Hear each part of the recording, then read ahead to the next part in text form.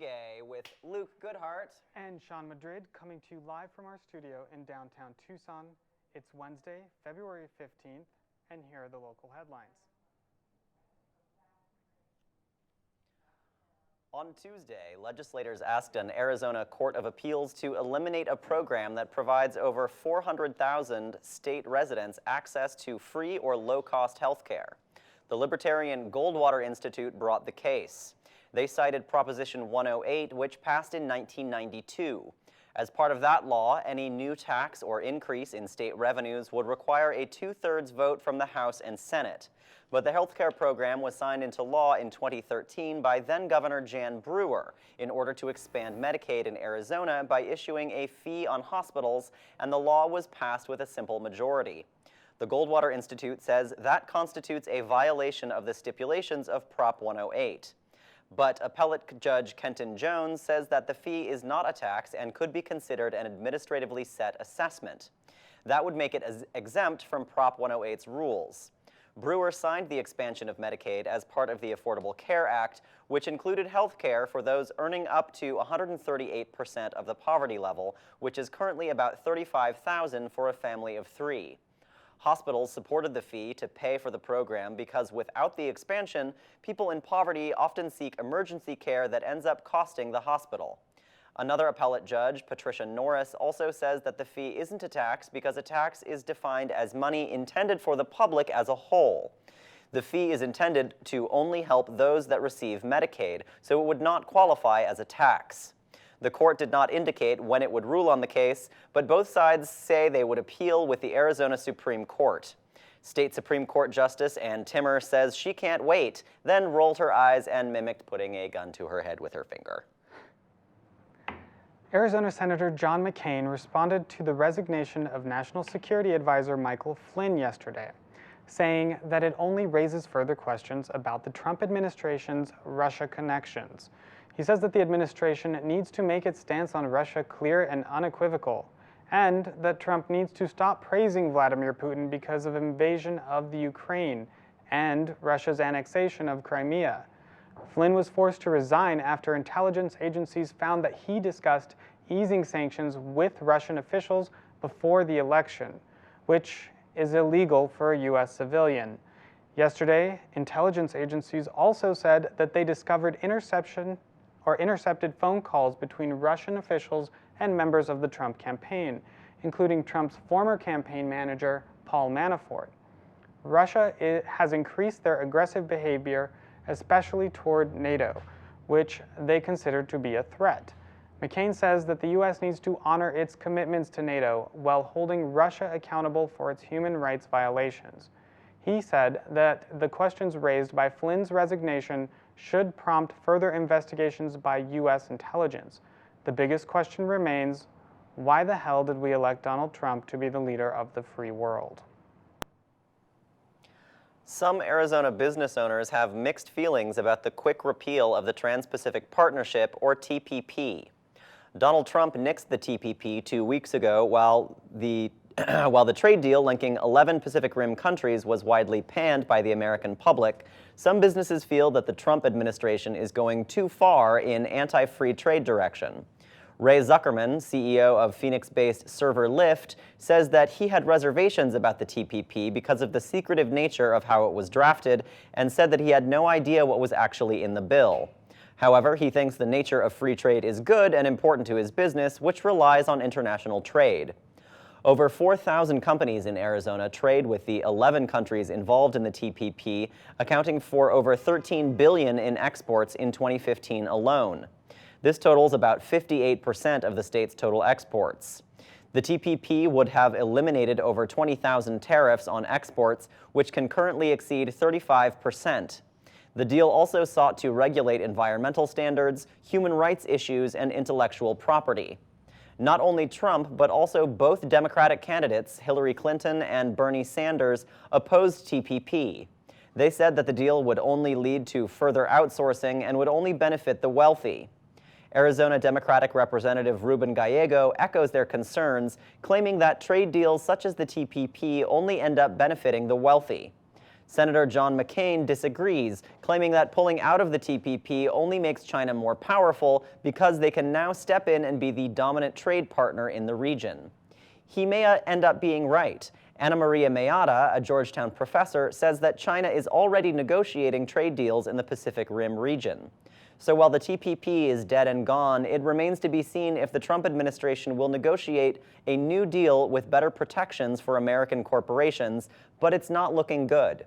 Trump said that he's not interested in dealing with the Pacific Rim nations because those giant monsters are a threat to national security, and we haven't developed those cool robot fighters yet. Arizona Senator Bob Worsley is seeking $395 million to erect a new stadium to house the Arizona Coyotes hockey team. Senate Bill 1149 passed committee yesterday and was Worsley's second attempt at raising money for a new Coyote stadium. If passed, the bill will create a public-private partnership using $170 million in money from the team and $55 million from the city where the stadium ends up being built. An additional $170 million in bond sales will also be offered. The stadium will then be owned by the city where the stadium is built.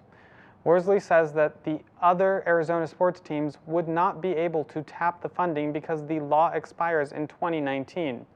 The Coyotes were expected to build their stadium in partnership with Arizona State University, but the deal ended up falling apart, which prompted Worsley to craft the new legislation.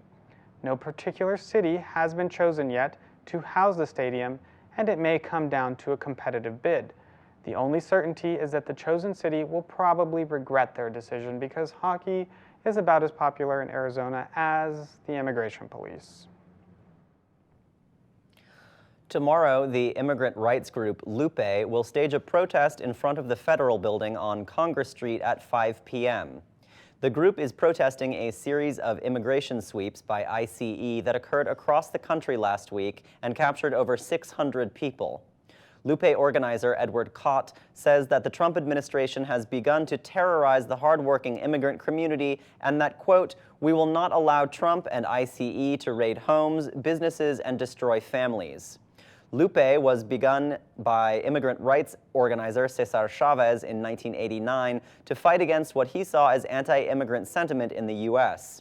To find out more about the protest or about Lupe, email lupetucson@gmail.com. And I wanted to take a moment to talk about the program you're watching now. Here at 5 on 20 News, we are undertaking a new kind of citizen journalism. We are going to give you the news as we see it. And we want more people to speak up with us. We need writers, hosts, anchors, camera people, sound people, the whole gamut. The times require a new way of informing ourselves, so join us. Do it now. Email us at info@creativetucson.org to get involved. And if you think there's a story we're missing, a person we should interview, an upcoming event we should cover, or have any news tips for us, shoot us an email to info@creativetucson.org. We are here for you, and we want to cover all stories from all points of views, so don't be strangers. Now in national and international news. On the same day that National Security Advisor Michael Flynn stepped down due to his connections with Russia, the Ruskies have allegedly developed a missile that officials say violates a treaty with the U.S. The ground-launched missile violates a 1987 Intermediate-Range Nuclear Forces Treaty signed by the Reagan administration. Russia also positioned a spy ship off the coast of Delaware and launched flights near a U.S. Navy warship, which also concerned military officials. Military spokesman Mark Toner said that the missile has a range capability of 500 to 5,500 feet, and that is a violation to produce such a long-range missile. Russia launched a similar missile in 2014, which drew condemnation from President Obama. Russia denies firing the missile, according to Russian Defense Ministry spokesman Igor Konashenkov, who says that the incident did not happen. Secretary of Defense James Mattis met with NATO members today, partly to talk about Russian aggression in the region. But Trump has not yet spoken on the incident. He has talked over the past few weeks about possibly easing sanctions on Russia for their invasion of Crimea. Russian officials said they will explain to Trump how Crimea is really Russia and how sanctions should be lifted, all while waving a VHS tape labeled Golden Shower in front of Trump's face. At least 15 companies who faced Environmental Protection Agency violations gave money to organizations supporting Scott Pruitt, Donald Trump's pick to run the EPA. Some of the companies donating money included Continental Resources, an oil company who's contributed to the super PAC Liberty 2.0, and Murray Energy, who was a co-party in the 8 of the 14 lawsuits that Pruitt filed against the EPA. Devon Energy also helped raise money for Pruitt for the Republican Attorney General's Association, and Peabody Energy, whose executive Fred Palmer contributed to Pruitt's re-election campaign for Oklahoma Attorney General, and who is the parent of 12 energy companies that violated EPA rules. Monsanto, who has been named in 92 EPA violations, also contributed to Pruitt's 2010 and 2014 election campaigns for Attorney General. One huge violator is Southern Coal, whose 26 mining companies have faced repeated violations of the Clean Water Act, where the EPA found that the company polluted waterways, killing fish, and endangering local communities.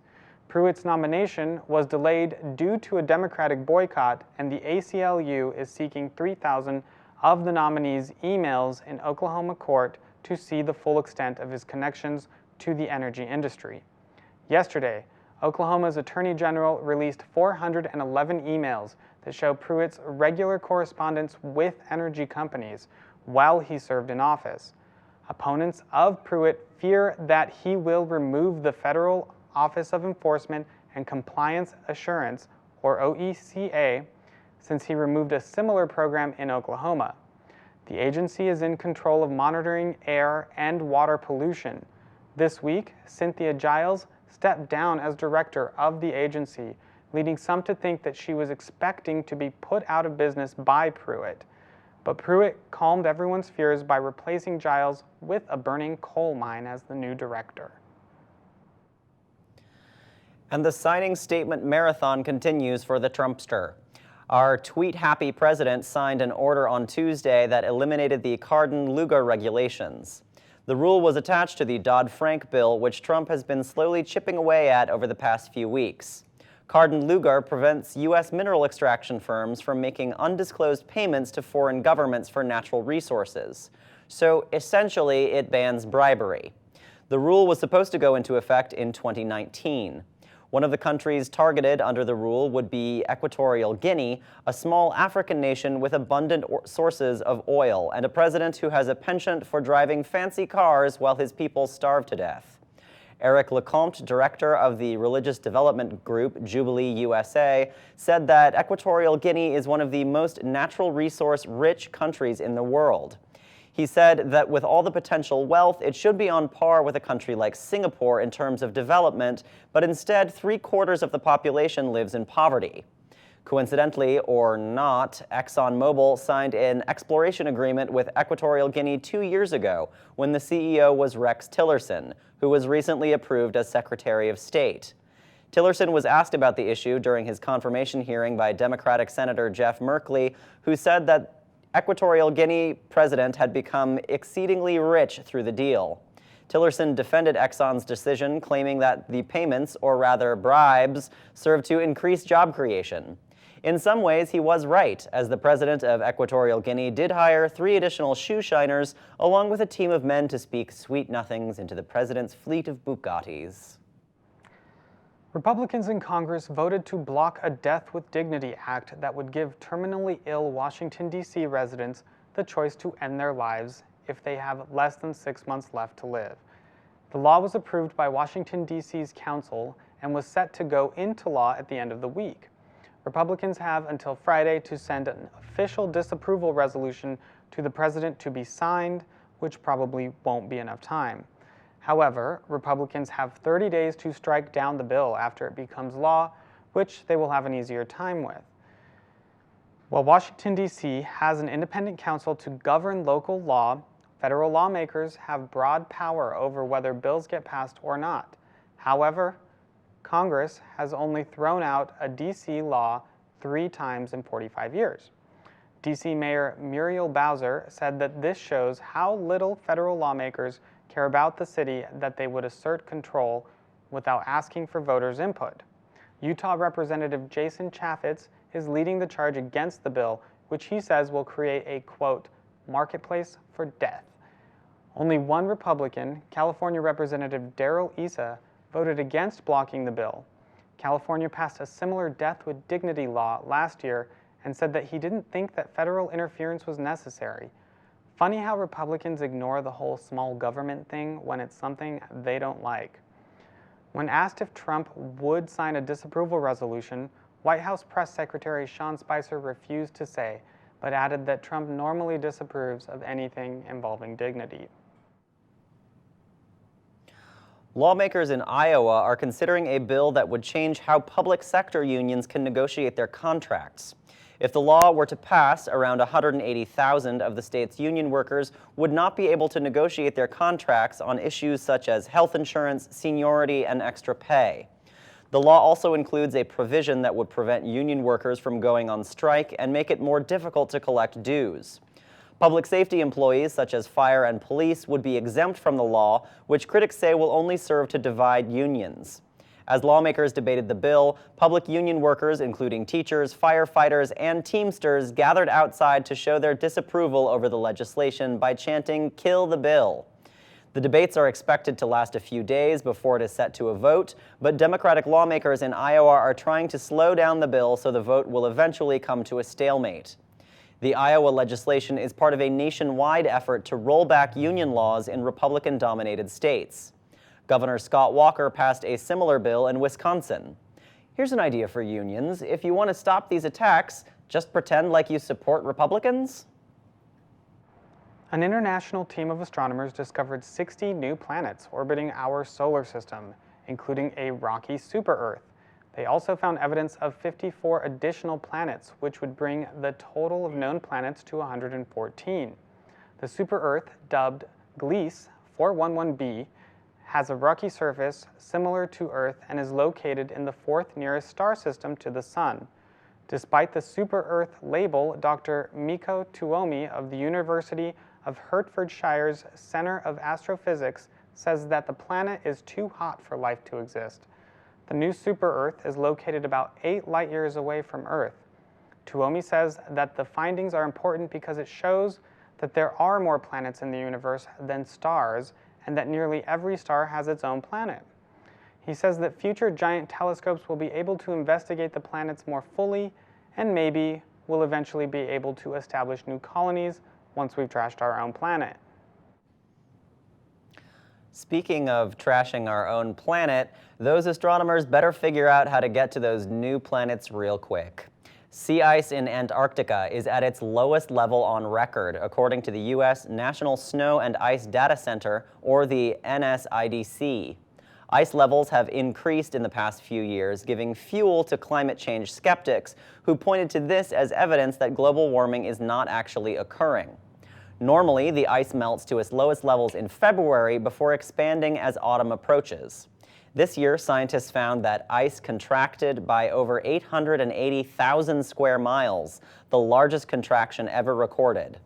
Mark Cesare, director of the NSIDC, says that he would remeasure the ice in a few days to confirm the results. He says that the ice in Antarctica is the sleeping elephant of climate change and that the elephant may have finally woken. Average temperatures worldwide set a new record high for 2016 for the 3rd year in a row, which scientists say will lead to more heat waves and heightened sea levels. Sure, it sounds depressing, but look on the bright side. In a few short years, we'll be able to spend summers sunbathing in Antarctica while floating on a polar bear corpse. This was Luke Goodhart And Sean Madrid for 5 on 20 News. Next up on Strong Sound, we've got our first live in-studio music performance by Casey Golden, followed by an interview with Sophie Gibson-Rush. Enjoy.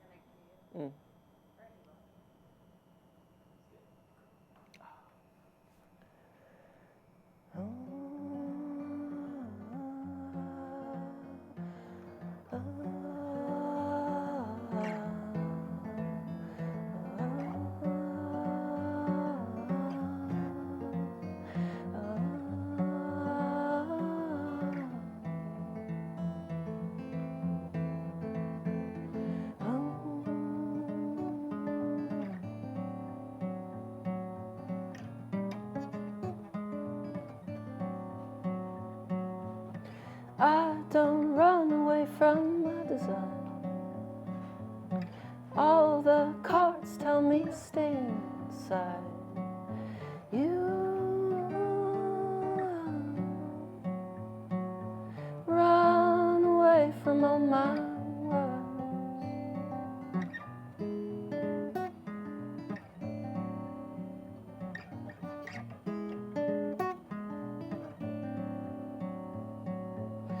It's alright, baby, I don't mind. All the cards tell me stay inside. You run away from all my words. Who they are is fine by me. What they see is up to them. All they are is untold.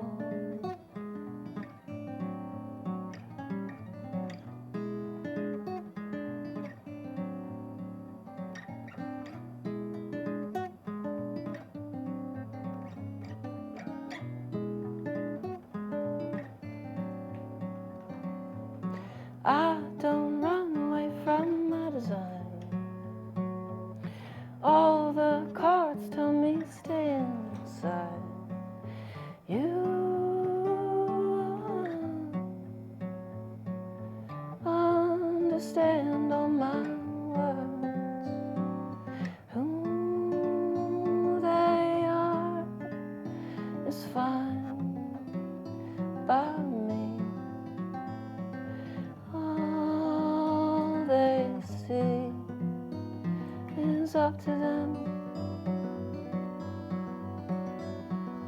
What they are is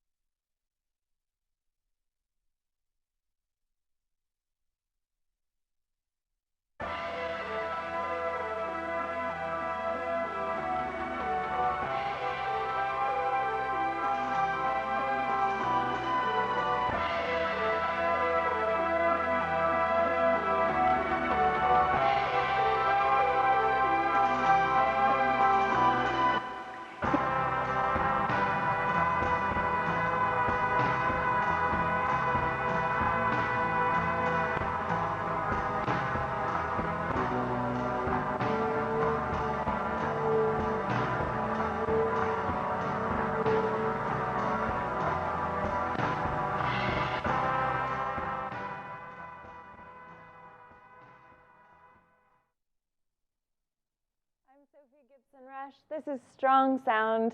You just heard Casey Golden performing in our first live in-studio performance. He performed a song called Rhizome from his new album, which is coming out on the 17th. That's his self-titled album, Casey Golden.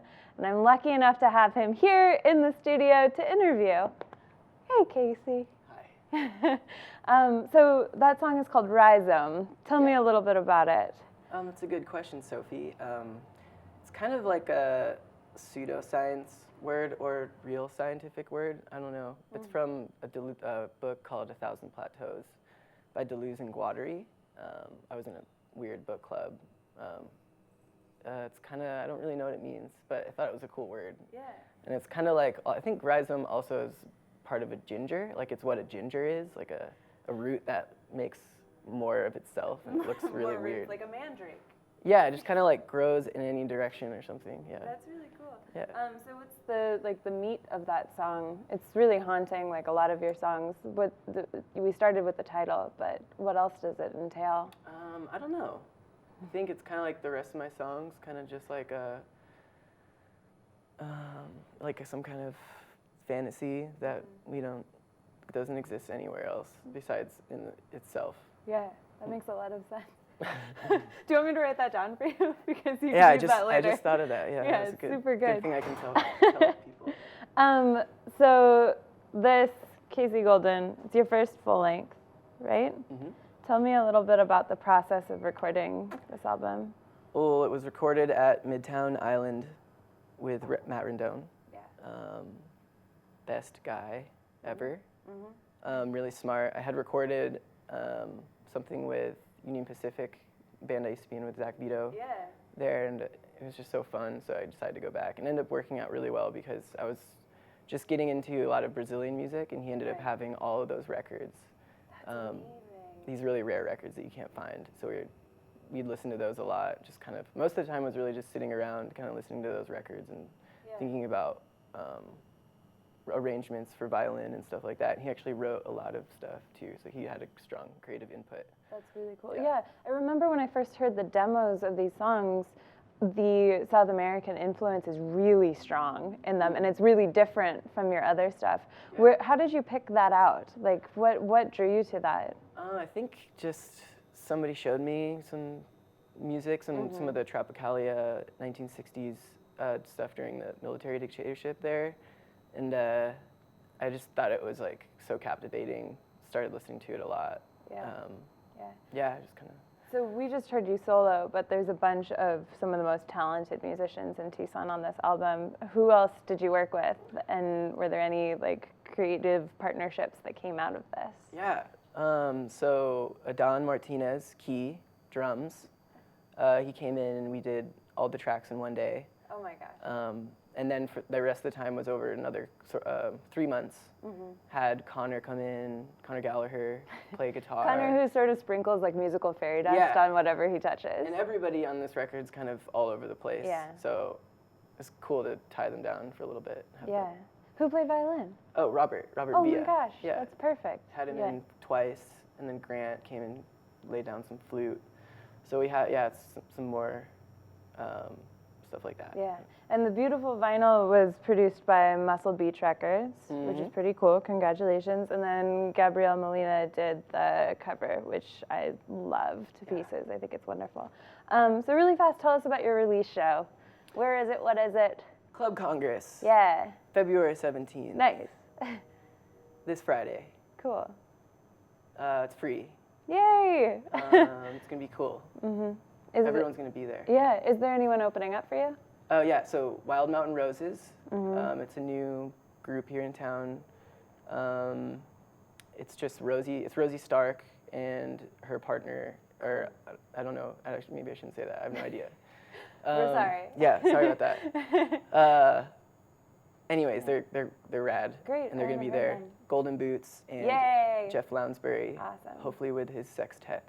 Oh, cool. Yeah, I heard about that. Yeah, that's fantastic. Yeah. So we talked a little bit about South American music and how it's influenced you, but how has the Southwest, or Tucson specifically, influenced your music? Well, Tucson, I think, has been really good to me. It's really there's really no pressure here. I think it's kind of a big enough city to where there is some opportunity, but there really isn't. People kind of. It allows me to feel comfortable with doing what I want to do. Yeah. Not trying to go with the grain or in any way. Yeah. I think that's, as far as like Southwest in like some kind of traditional way, I'd love to explore that more. How maybe like any kind of native rhythms or something like that. Yeah. I feel like I owe it. I should, think about that. Yeah. Well, there's lots to look into there. Cool. Okay, well, thank you so much, Casey. Is there any last piece of information that we need on this or the release show? Or did we cover it all? Well, I'm going on tour Really? to Nashville. So if you're in any other cities Yeah. watching this, come to the show. Just, yeah. Anywhere else in between here and Nashville? Oh, yeah. Marfa, Austin, Cool. New Orleans, Birmingham, Oh my gosh, that's a great tour. Oxford, Memphis, Yeah. Lafayette, Galveston. That's it. Cool. Okay, well, thank you so much. Good luck Sophie. on tour. Stay safe, Thank stay you. well, and we'll see you on the 17th. Everyone better come out. This has been Strong Sound. I'm Sophie Gibson-Rush.